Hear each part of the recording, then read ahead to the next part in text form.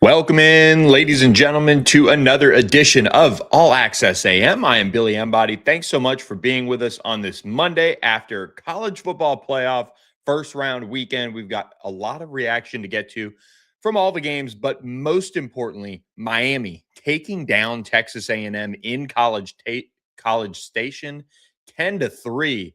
Incredible defensive battle, two elite defenses, two offenses that really couldn't get much of anything going outside of a couple of moments of brilliance in a sense to get this win if you're Miami. But for Texas A&M, their season ends with two straight losses and really a group of games over the final few games that were not nearly the level of sharpness that we saw early in the season from the Aggies. Miami, on the other hand, finishes incredibly strong, takes the game, and is able to slam the door shut on Texas A&M with that game-sealing interception by Bryce Fitzgerald in the back of the end zone.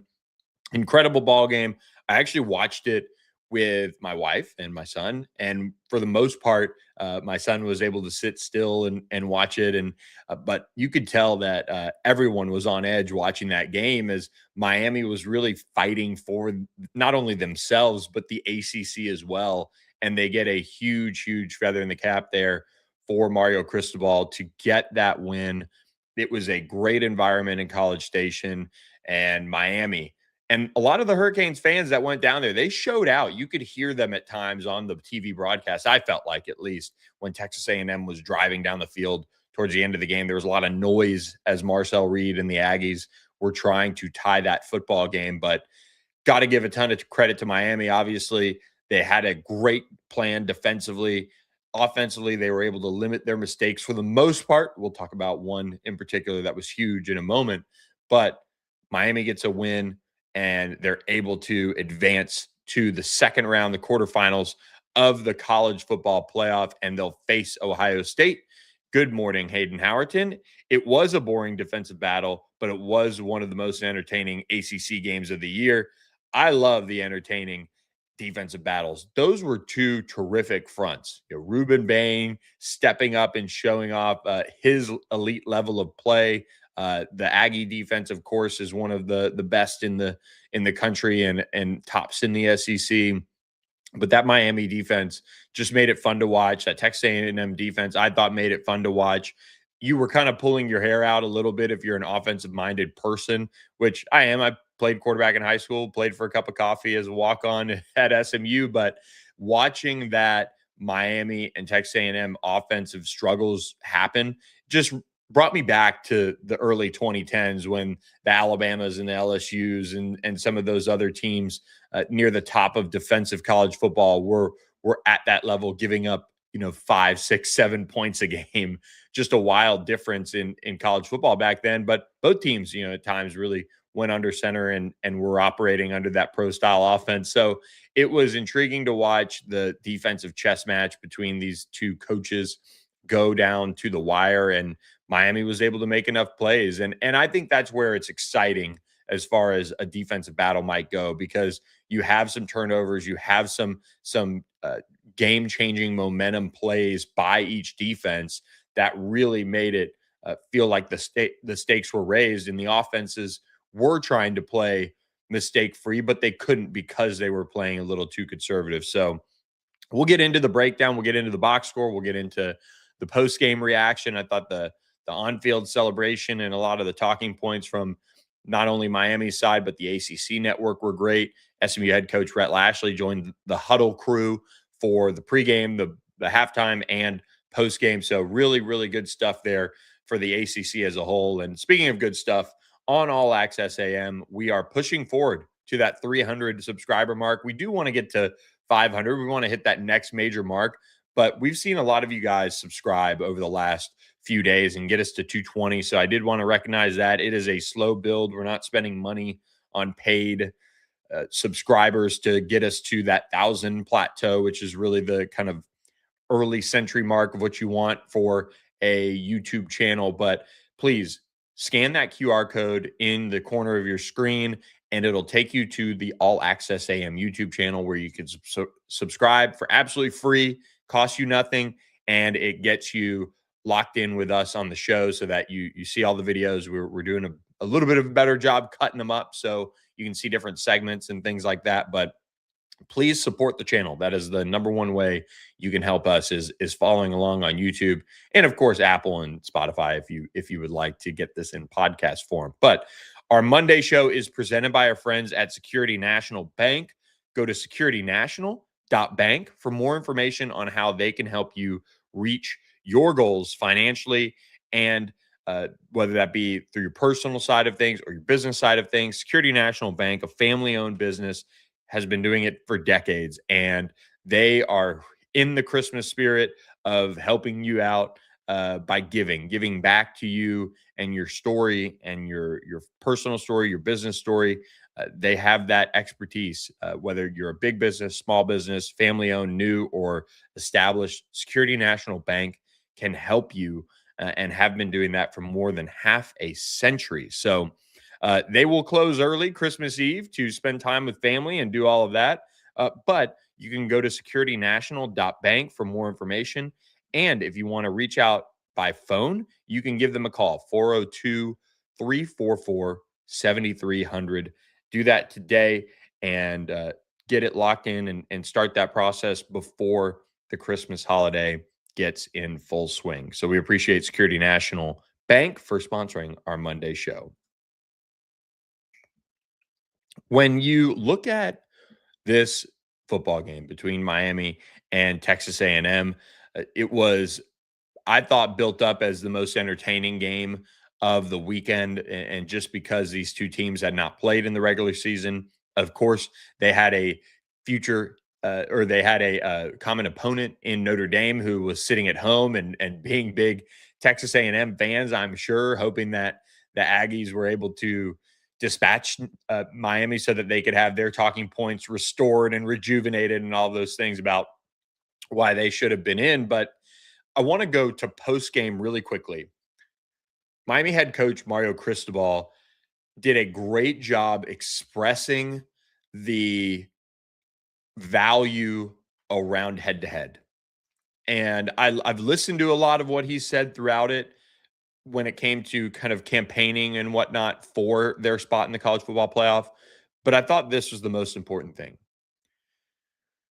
And I'm paraphrasing.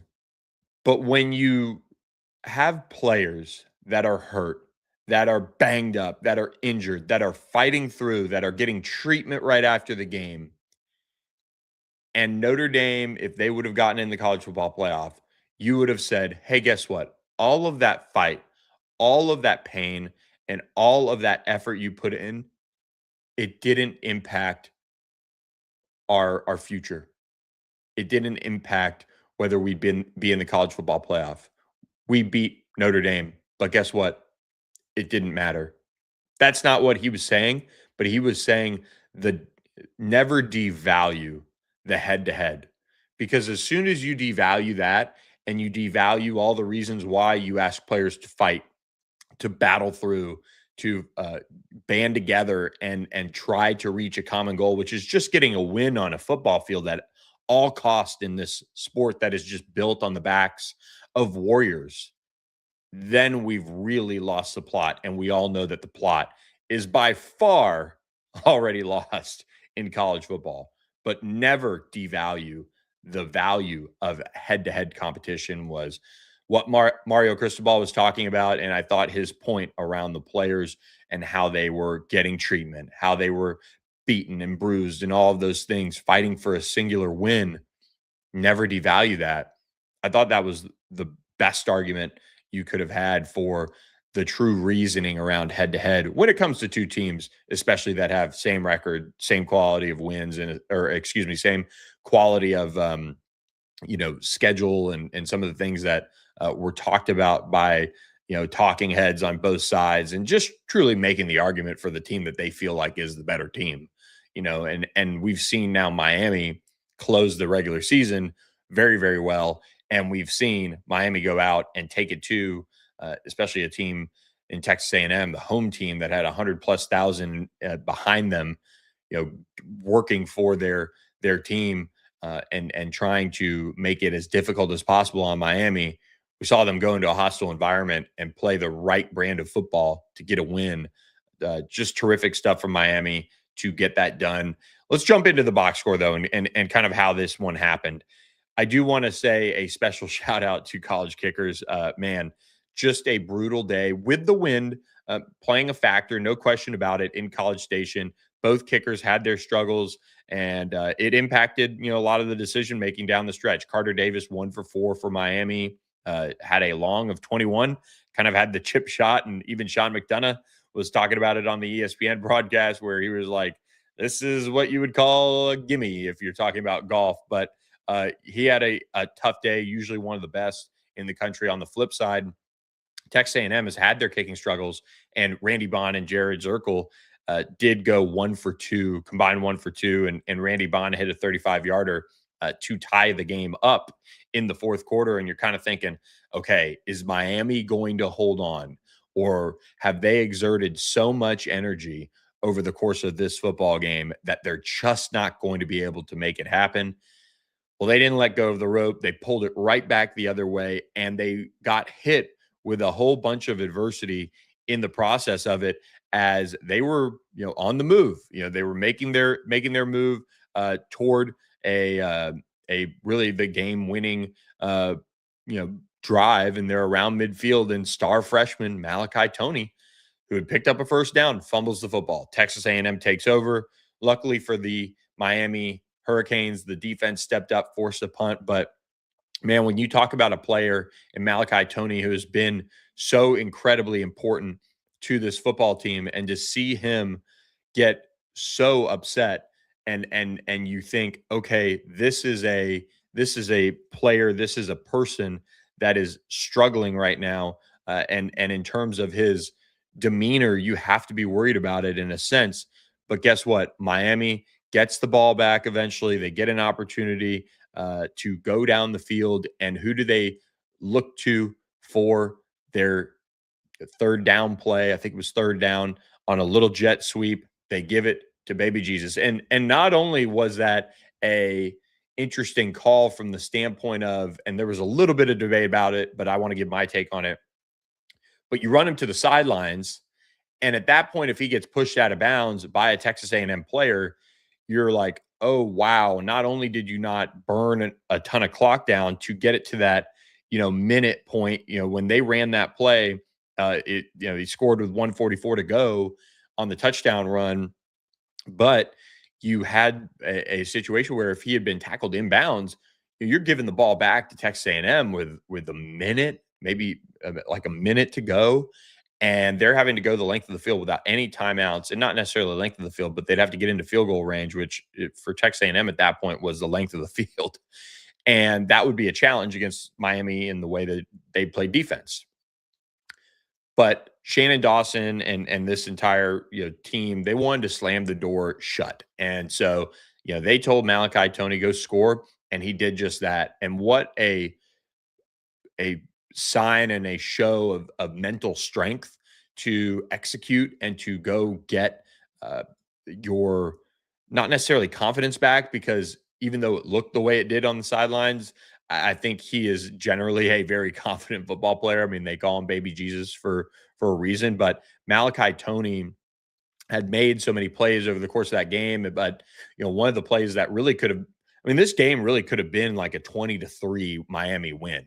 I mean, it could have been far worse. I mean, let's, shut down, maybe one of the field goals still, but could have had another 6 points, could have had a Malachi Tony punt return for a touchdown and push this past the 20-point mark. But it really was a game that I thought, with Malachi Tony scoring that game winning touchdown, I thought it was just poetic, and it just an unbelievable, you know, decision by the Miami staff to go for the jugular, go for the win. And I felt like, watching Malachi Tony and his reaction post game was just really special. Like that is a great coaching move to get it back into his hands, because they know they're going to need him, but also to get him the ball from the standpoint of he's your best player offensively. And we'll get to Mark Fletcher in just a moment, but to see Malachi Tony have that mental fortitude to go out and execute still just really says a lot about his future, and where he's going, and in the sport. And he's going to be a star for the ACC for the next couple of years, as he'll be probably 3 and out in all likelihood. But just a big day for him to get that game-winning touchdown. Mark Fletcher and what he did on the ground, though, and this Miami run game, who outside of Mark Fletcher was fairly limited.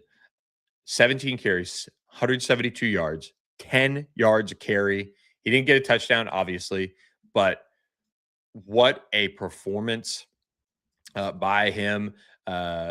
It was just awesome to watch them run the football down Texas A&M's throat to score that game-winning touchdown. 56-yard run on the game-winning touchdown drive. I thought, watching the Miami offense kind of go, and even that fourth that drive right before the game-winning touchdown drive, where Mark Fletcher gets the ball and rips off a 16-yard run to start. And you look at the start of the second half, where they went down and scored a field goal. I felt like they were really mixing it up well. They were getting some other guys involved, and then as they're kind of getting things going, Mark Fletcher just in the second half kind of took over, I felt like. And there were some times where you felt like, okay, if they lean on the run game, they're going to run it right down their throat of Texas A&M's for the rest of the game. But they kind of got away from it at times, and you heard the broadcast, they talked about it a lot, just kind of the lack of commitment to the run and sticking with it. And that wasn't the case this time around in terms of this game. Carson Beck, 14 of 20, 103 yards, touchdown pass technically, but didn't have an interception. And while he was not perfect by any means and missed a couple of throws, I mean, I think he put a couple on that last drive. I think when they were down the red zone, they were kind of throwing it a little bit, and he didn't put them in position to even be intercepted. Like, he was very much playing like, do not turn the ball over, do not be the butt of all the jokes come Sunday morning and Saturday night. But he was able to take care of the football, and then his guys did the rest. But I'm telling you, there was a leaky Texas A&M secondary out there to be had if they really wanted it. But instead, they controlled the game on the ground and were able to just kind of play their brand of football that they wanted to. They didn't win the time of possession battle, but it just felt like, watching this game, I felt like Miami was in complete control. And I don't know why, but it just felt that way. But Marcel Reed had 2 interceptions, including the one to Bryce Fitzgerald that sealed it. Of course, Bryce Fitzgerald had one earlier in the game. True freshman All-American, and seeing him, show off his stardom and where his career is headed is really, really cool to see. But I think this Miami defense, as you look to the Ohio State game, and I'll give some brief thoughts in just a moment, but they do have, I think, a team that matches up fairly well against Ohio State. And in particular, if you look at the game plan that an Indiana had against Ohio State, you really could see it happening in the Cotton Bowl. So that game, I think, is really a game that we could see Miami advance. I think getting over this first hump was the most important and the most difficult one for this Miami team to get through. And when you look at what they accomplished, I mean, they should have all the confidence in the world now. And Mario Cristobal was interviewed on the field after the game, and you mentioned the 100 versus 100,000, and let's just call it what it is. Miami did well. You look at post game, all of the fans that came down to congratulate this team, they really stepped up in a huge way for them, making a good bit of noise. But when you look at what Miami, their mindset and the way they coach this team going into it, I thought the messaging was perfect. It was 100 versus 100,000 and more. There were people all week, of course, talking about Miami and how are they going to, make any plays against this Texas A&M defense and whatnot. But you know, it was a game that I kind of had circled as low scoring and an opportunity that this Miami defense, if they match up well enough against Marcel Reed, who had been playing well, that they could get this one across the finish line, and they did. And that's the thing about playoff football now is there's no style points, there's no comparing the pit game head to head. There's no this, no that. Can you advance? Can you win? All of those things that Miami accomplished in this game, are going to serve them really well against Ohio State and a team that is, going to be feeling confident as well in a sense, but also looking to bounce back from a loss in the Big Ten championship. And I think Miami going to Texas A&M and getting over this first marker was so critical. And obviously it keeps their season alive. That's the obvious, but it is a game that Mario Cristobal, for him to win, now he won. He's not been announced as having a contract extension, but I'm sure Miami will relock him up with another extension in the offseason. Now it gives tangible proof to what they're doing.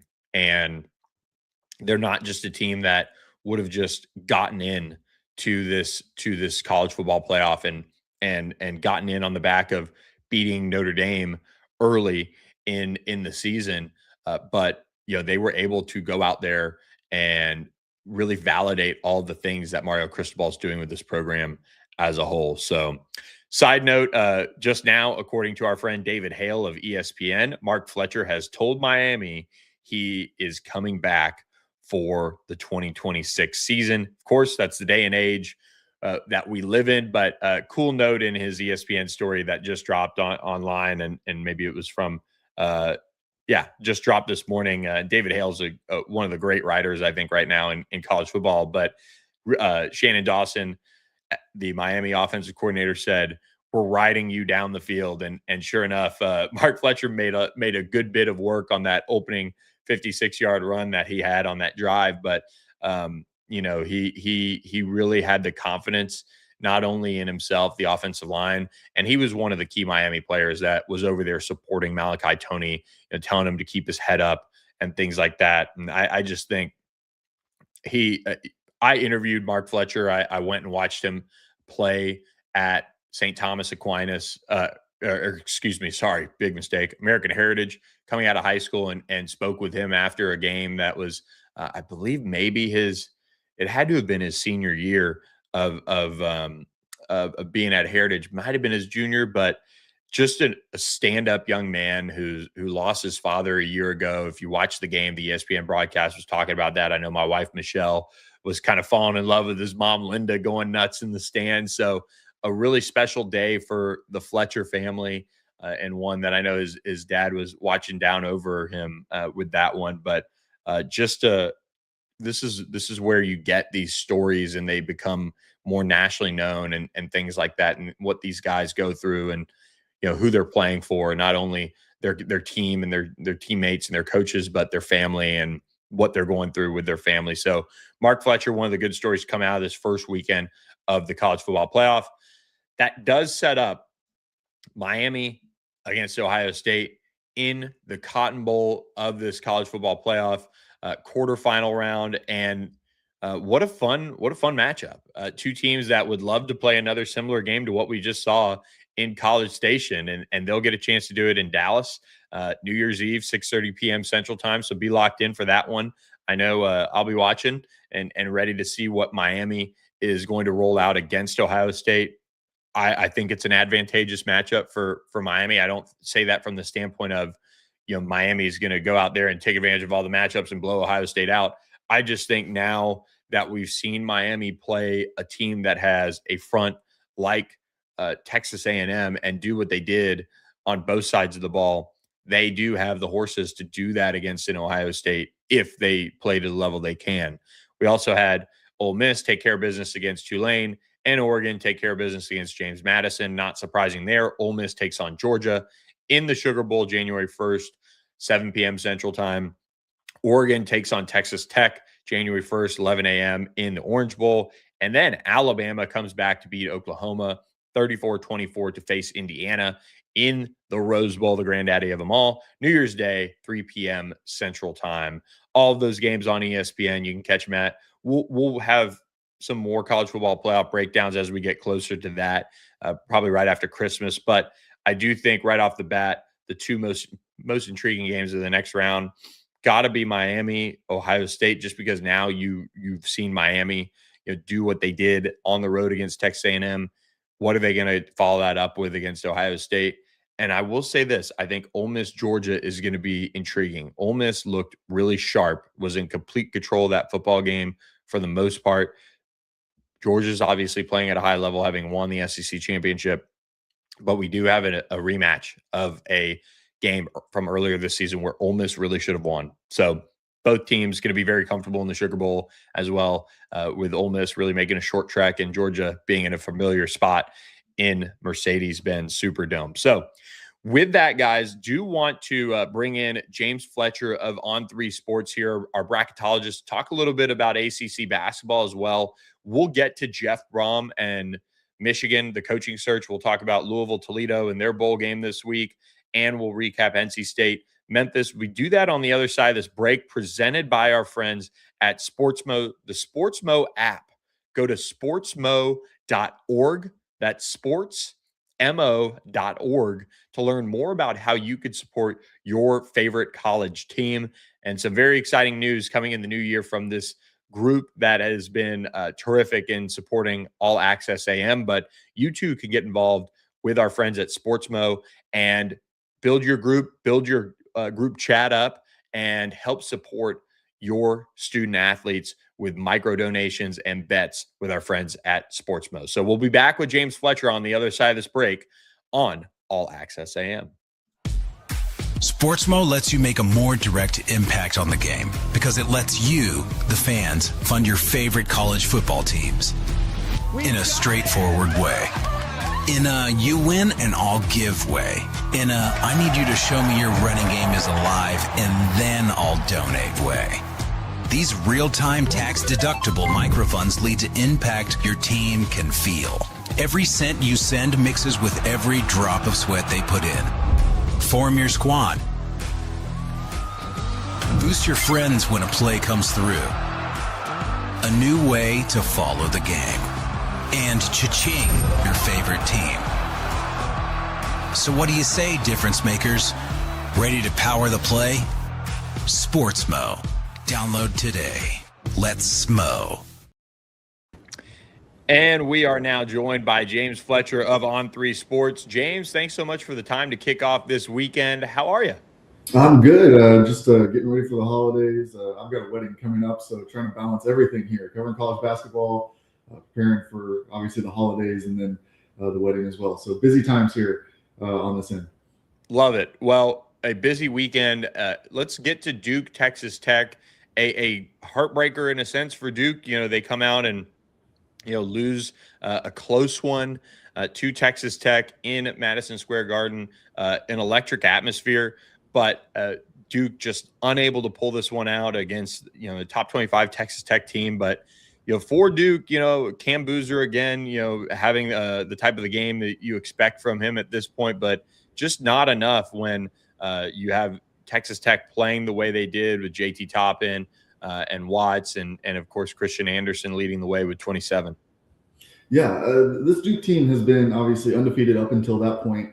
One of the top teams in college basketball. There's no question about that. The way that Cam Boozer leads them in almost all categories for this team. But with that said, they've been the slightest bit vulnerable. They haven't felt like a team that's just going to go out and dominate. Sure, against a lower level of competition, I think that they are expected to do that and have done that to this point. But there's really no shame necessarily in losing to a Texas Tech team that has a preseason All-American, one of the favorites for preseason player of the year in JT Toppin across the country. And then Christian Anderson, who's been really good, Lawan Watts, who's been incredible. They obviously built up the core of that team around those guys as well. So They got caught on a day.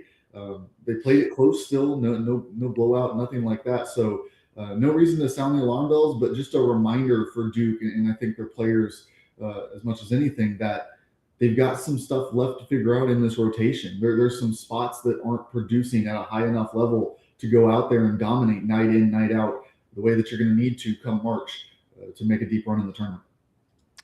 And what were probably a couple of the key areas that you felt like Duke just didn't have it against Texas Tech? Because, obviously Duke has played some tests and has been able to get some quality wins already on their resume, but is just, defensively, is that probably where they didn't bring it just enough from a consistency perspective? I think there's definitely some holes defensively, and that's something that when you talk about basketball, there's ups and downs. Like even when you talk about the best defensive teams in the world, sometimes they give up a lot of points, and sometimes it has to do with pace of play. The opposition, of course, can force a lot of things. The way that the refs are officiating the game has a big impact on the way that you play defense nightly, and it can change. So sometimes you'll have to adjust on the fly. There's a lot of things that go into defense. And so while, yes, that was definitely something that popped up in this game, I think really it's the depth of production that they've got to worry about. Coming into the year, we thought that Dame Sarr would come in and be a big-time impact guy. He's been more of a role player coming off the bench more often than not in these recent games. You hoped that Caleb Foster would take a big leap forward. He's still a productive basketball player, somebody who can give you a positive result, but he's not a kind of anchoring this team for 35 minutes as the point guard, keeping everything going. You've seen Caden Boozer play more of a role in some of the games than others at this point. Kamenia as well. So you're talking about point guard, small forward, basically around Cam Boozer and then Isaiah Evans as the secondary guy. You just haven't every night known the consistent amount of production, whether that's offense, defense, hustle plays that you're going to get from these different areas of the floor. And that makes it more difficult because you can load up against the best players if you're the opposing team and make sure that they're not going to beat you. Really leave it in the hands of these role players. North Carolina on the other side of this North Carolina-Duke rivalry does get a win over Ohio State. Not a top 25 team in Madison Square Garden, but man, the theatrics right there in NYC were on display. Caleb Wilson, 20 points in the game to lead everybody. But what a game-winning shot. I mean, onions, as they say, to have that type of a shot fall on that one to beat the Buckeyes. Yeah, I think that really this North Carolina team has almost been the inverse of what I just said about Duke's concerns. And while North Carolina was not expected to be at the level that Duke was entering the season, they've come closer and closer together in our projections, in all the analytics, because they've got Caleb Wilson, who is kind of that freshman star, that potential lottery pick, working his way up into the top 5 of NBA mock drafts. And then Henry Vesar being that second guy, that kind of anchor of production that you're going to get.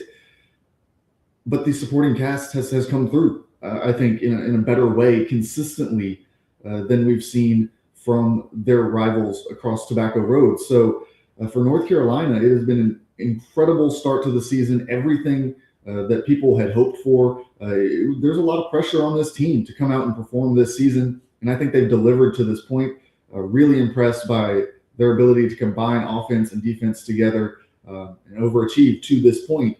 Now they get into conference play as we keep rolling on, and we'll see if they can night in, night out against the teams that know them best, know how to stop what they want to do, if they can continue this role and really get into the 1 seed, 2 seed conversation along the way. And we saw Seth Trimble return as well, and a huge piece of news there. Obviously, North Carolina's probably emotional leader in a sense, the veteran guard, add 17 in the return to the floor, 6 of 13 from the field for him, 3 assists on the night. Just a really all-around solid effort from him.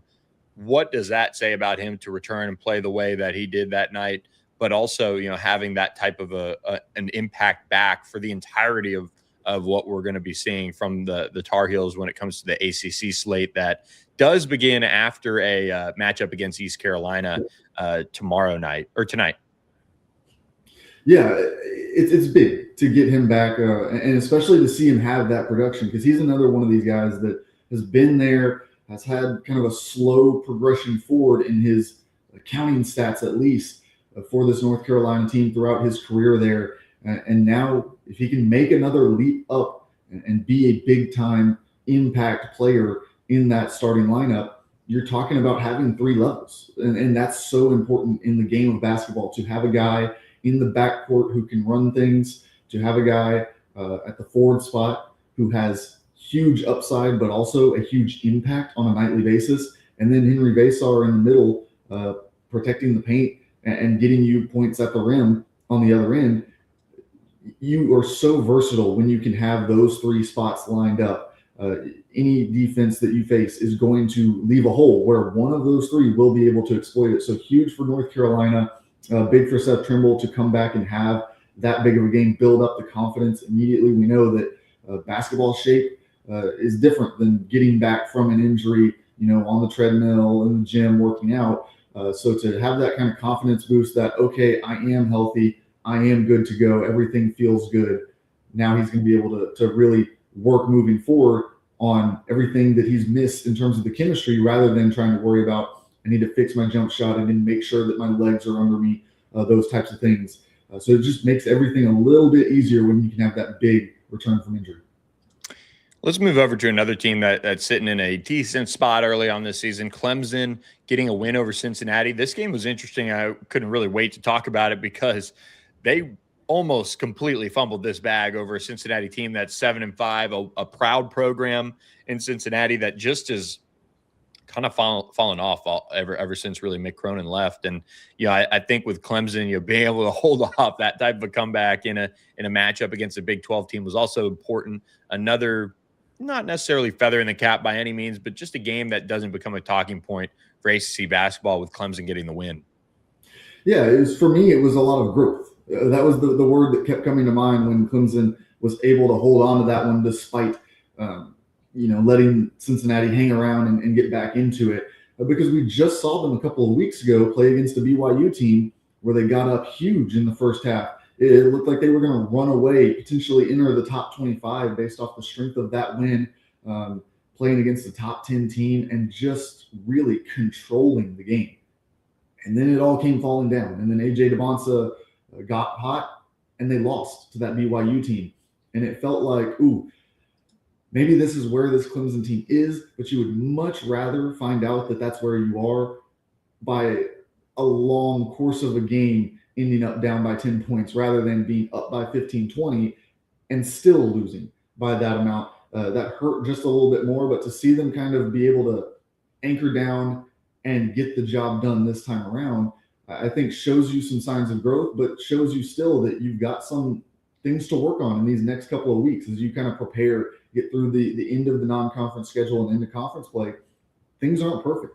You let a big lead slip, and then you almost let it happen again. So you've got to get in the gym. You've got to watch a lot of tape and figure out, what is it that we're doing? Are we letting our foot off the gas? Or is it something that teams are just figuring us out that late in the games and we need to switch things up schematically to figure this out? I have every faith that Brad Brownell is going to be able to get that job done and figure out what's wrong. And it'll be on the players to deliver out there through ACC play.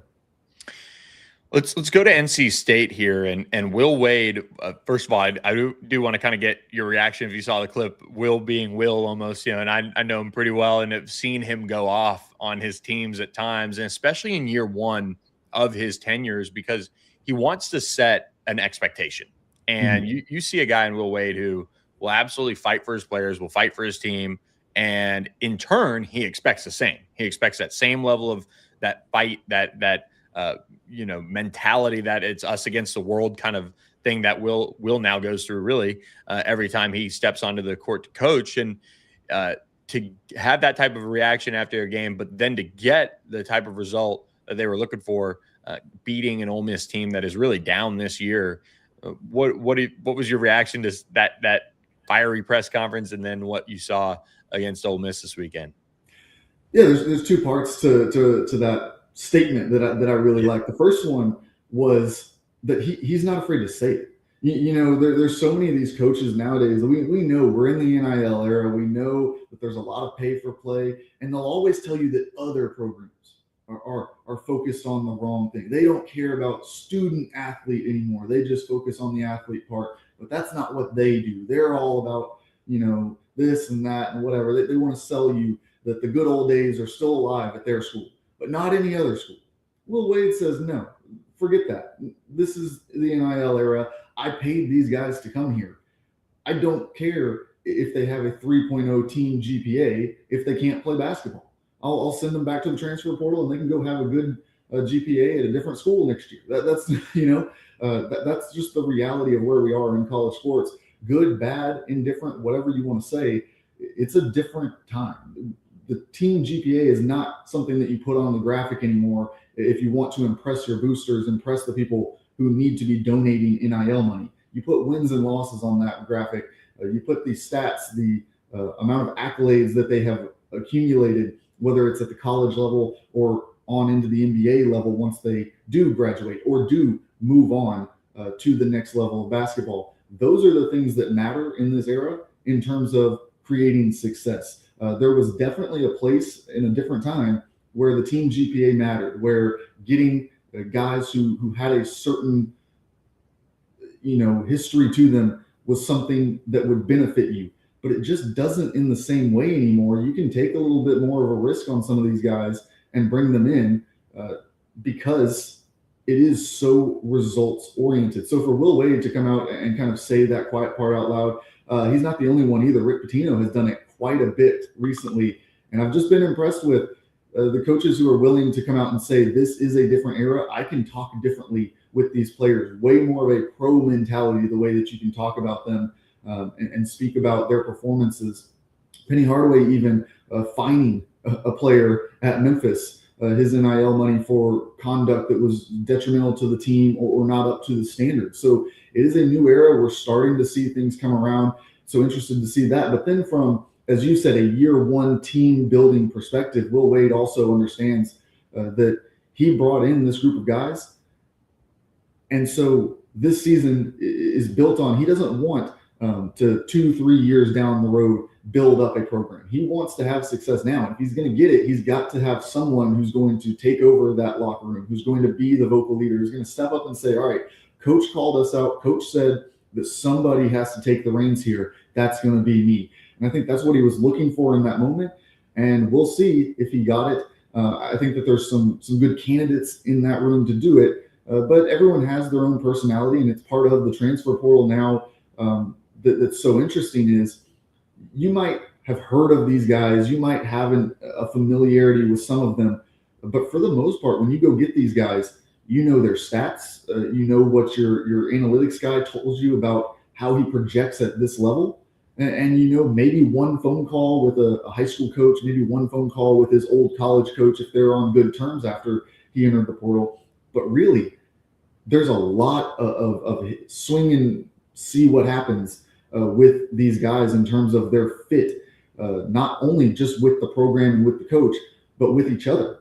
Guys who have never played together, probably never met each other, all coming together and having to figure out their pecking order. And you're talking about 10 to 15 guys who are all trying to figure out where vocally, where on the court, where off the court they fit in. So it's a big adjustment. And I think we're seeing that some teams across the country that are kind of getting into gear now. And we're wondering, what was it early in the season? Well, a lot of it was these guys are still figuring each other out. And so as we get into conference play, we're going to see some teams that are going to rise up and be much better over the back half than they were in the first half. We might see some teams that fall off too as well, though, as tensions continue to build. It's just an extra element that makes college basketball so interesting in this era. James Fletcher, awesome stuff, recapping ACC basketball this weekend, some of the trends, some of the teams to watch. We appreciate your time. On3 bracketologist James Fletcher joining us on All Access AM this morning. Yep, thanks for having me. Anytime. Thanks for thanks for joining us, James Fletcher on All Access AM. Have a Merry Christmas, brother, and we will see you after the break as plenty of ACC basketball talk to be had, of course, as conference play approaches. And look, There was a lot of magic down in College Station for Miami this weekend as they were able to take down the Aggies and move on in the college football playoff. Make sure that you get the right amount of magic for your next event. Our friends at Corporate Magic are the go-to source for elite event planning and execution. Corporate Magic has been doing it for decades, and you need a team that understands the big stage and that they need to deliver on that big stage. And they have shown every step of the way in the events and productions that they put on that they can do that. And so visit corporatemagic.com for more information. They are proudly based in Dallas, right smack dab in the center of all of the ACC in a sense. This production company develops concepts, builds a show, and manages every single detail for your company, whether it be national sales meetings, whether it be stadium concerts or global broadcast and productions as a whole that are seen by millions. They can do it. They've been doing it for years. So visit corporatemagic.com to learn more. Click the link in our podcast description portion of the link, and make sure you get more information on Corporate Magic and what they can do for your company. Great opportunity for you guys that are in the corporate world, so to speak, to find a new partner to put on your events, your national sales meetings in particular. Think about that. Think about the level you can get to as far as being a hero for your company if you get Corporate Magic involved on the national sales meetings and blow it out of the water, because that's what they do. They do it at a high level for their partners. So appreciate Corporate Magic supporting All Access AM. Going into the final few minutes of this show, we've got coaching carousel discussion. Jeff Brohm is the latest name to be linked to the Michigan coaching job. That, according to Pete Nakos and Chris Bayless of On3 Sports.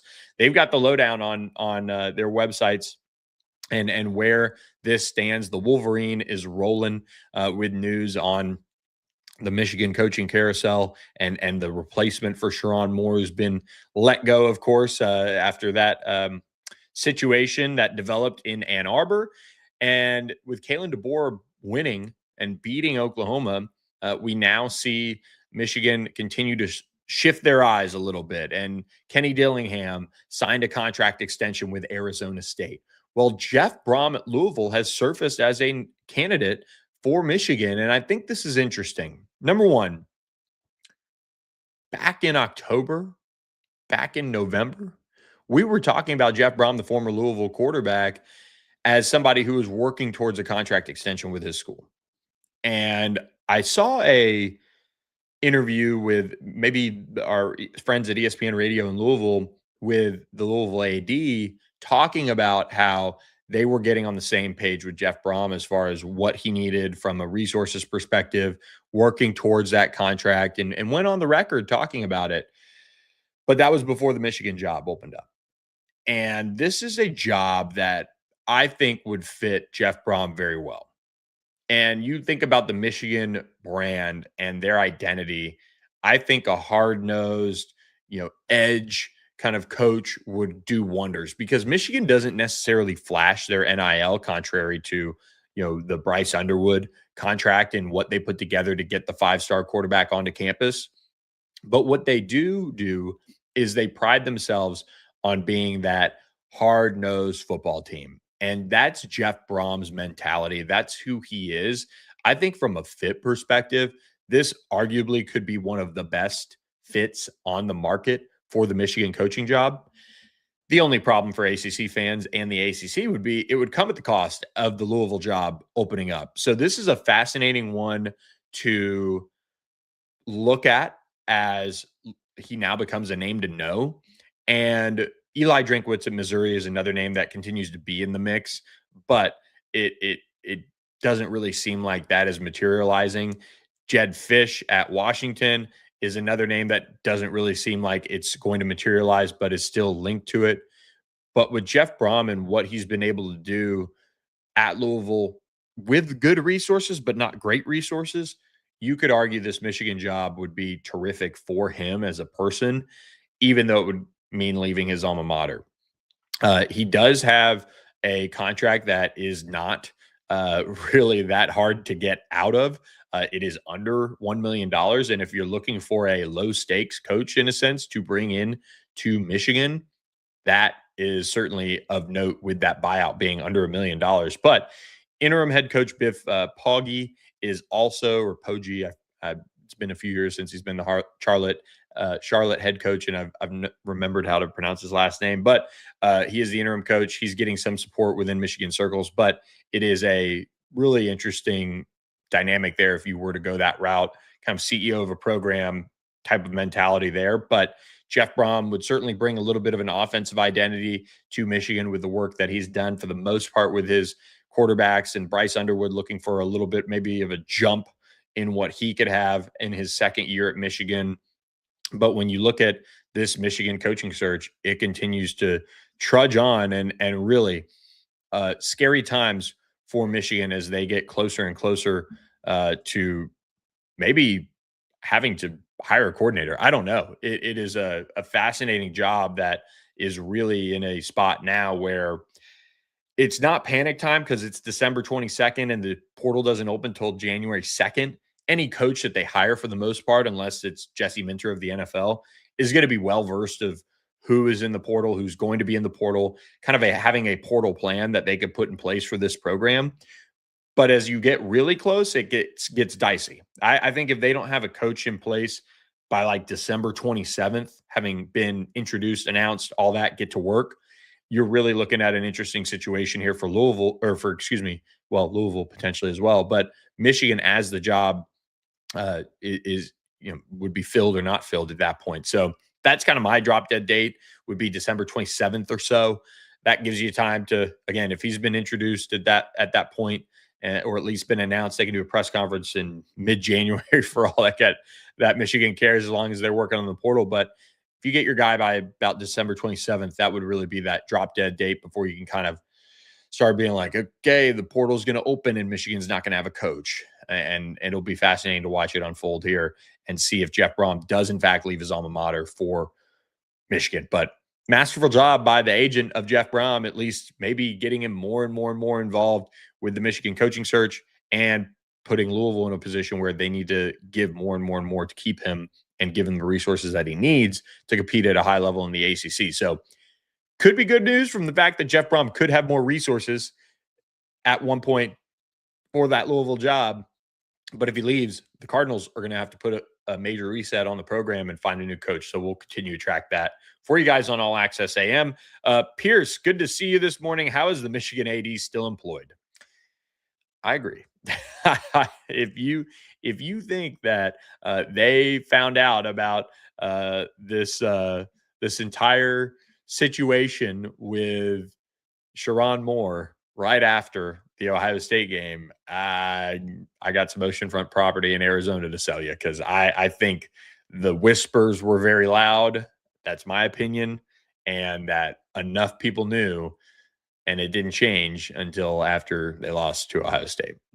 Not to be a conspiracy theorist, I think that's an easy out for Michigan. And I'm sure with the season they were having, and arguably had really the year previous to, despite beating Ohio State, that some people were like, I don't know if this is our guy long term. So I'm surprised that Ward Manuel is still the AD, but maybe he knows where the bodies are buried. Who knows?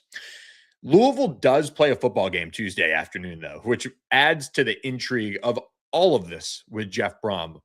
Tuesday, 1 p.m. Central Time, Louisville takes on Toledo and Boca Raton in the Flagler Credit Union Stadium in the Bush's Beans Boca Raton Bowl. Louisville favored by 6.5. In the bowl preview that we did, I'm not sure if we did a pick on this, but I will say I think I had Louisville covering. Now I don't know. A lot of buzz around Jeff Brohm and Louisville and Michigan job. So this would be a brutal loss for Louisville and the ACC, of course. But this is kind of the drama that we're in right now with the coaching carousel. You look at this Toledo defense and what they're bringing to the table. They're one of the best in the country statistically. 12.2 points per game, 91.3 rushing yards per game, and 156.5 passing yards a game. They do have an All-American safety in Emmanuel McNeil-Warren, and they have plenty of guys that can create issues for this Louisville team if they don't bring it. And it's going to be fascinating to see Miller Moss start that final game and try to go out a winner. And he'll be without Chris Bell, who did suffer a torn ACL against SMU earlier this year. They do have two opt-outs, defensive lineman Wesley Bailey and Renee Konga. It is their third consecutive bowl game under Jeff Brohm. The prediction from our friends at Cardinal Sports, 17-3 Louisville. So they're expecting a low-scoring football game with where this program is at with all of the things around Jeff Brohm and all of that. But Miller Moss, I think, had an interesting quote that I do want to hit on. And it is, you never know when this football thing ends.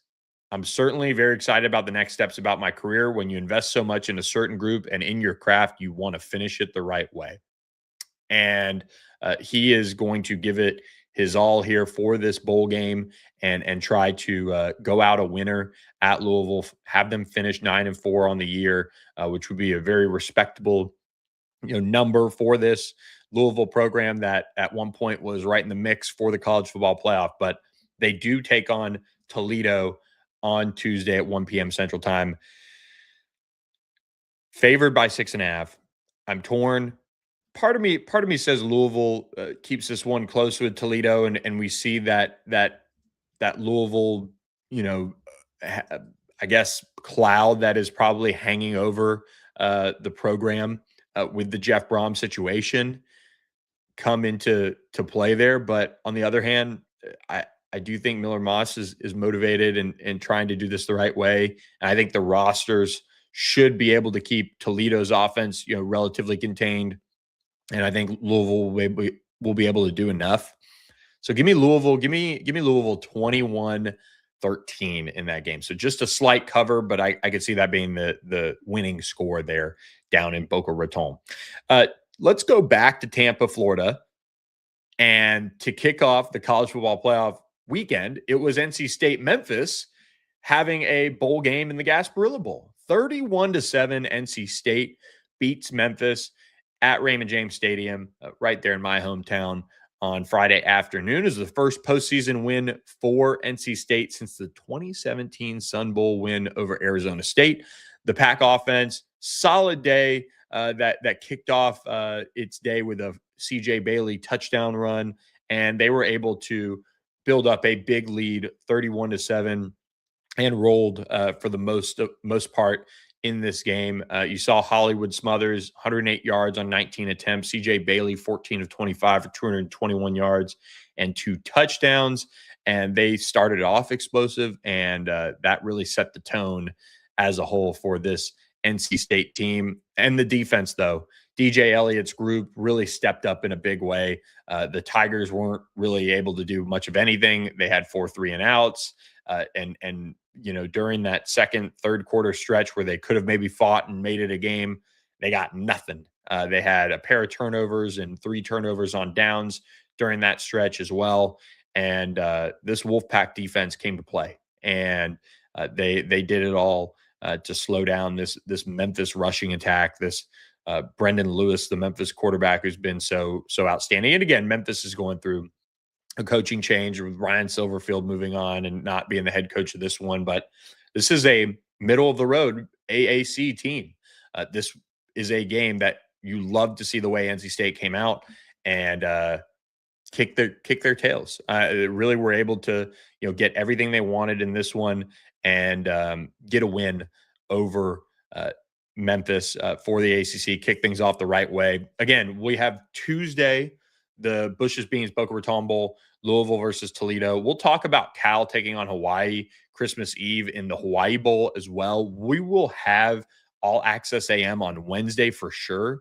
We'll kick off Christmas Eve for you guys and do all of that to talk about that bowl game. And also, I think we'll have a Saturday or a Friday show. I'm a little torn on that. It might be pre-recorded. We could also end up doing a long Wednesday show. So we got options. We're going to work through them all, but we do want to obviously enjoy ourselves on this Christmas, and hope you guys do as well. So with that, guys, really appreciate you guys tuning in for another edition of All Access AM. Please hit that QR code that is in the top corner of your screen and subscribe to the channel. Please, it is free to do.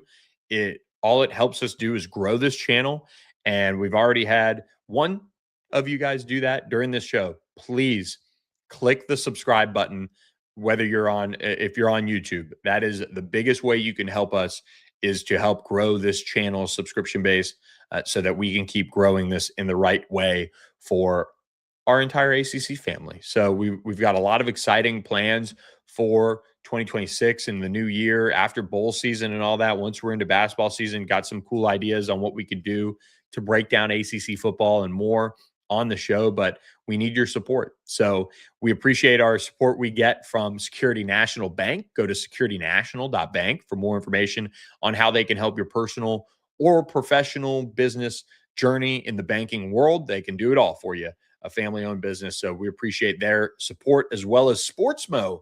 Download the Sportsmo app for more ways to support your favorite college football team through micro donations. So lots more to come from our friends at Sportsmo on that side of things. And of course, Corporate Magic. Go to corporatemagic.com for more information on how to completely revamp your next company's event into an incredible production with our friends at Corporate Magic. So I'm Billy Embody. Thanks for joining us on this edition of All Access AM. Have a great Monday, everybody.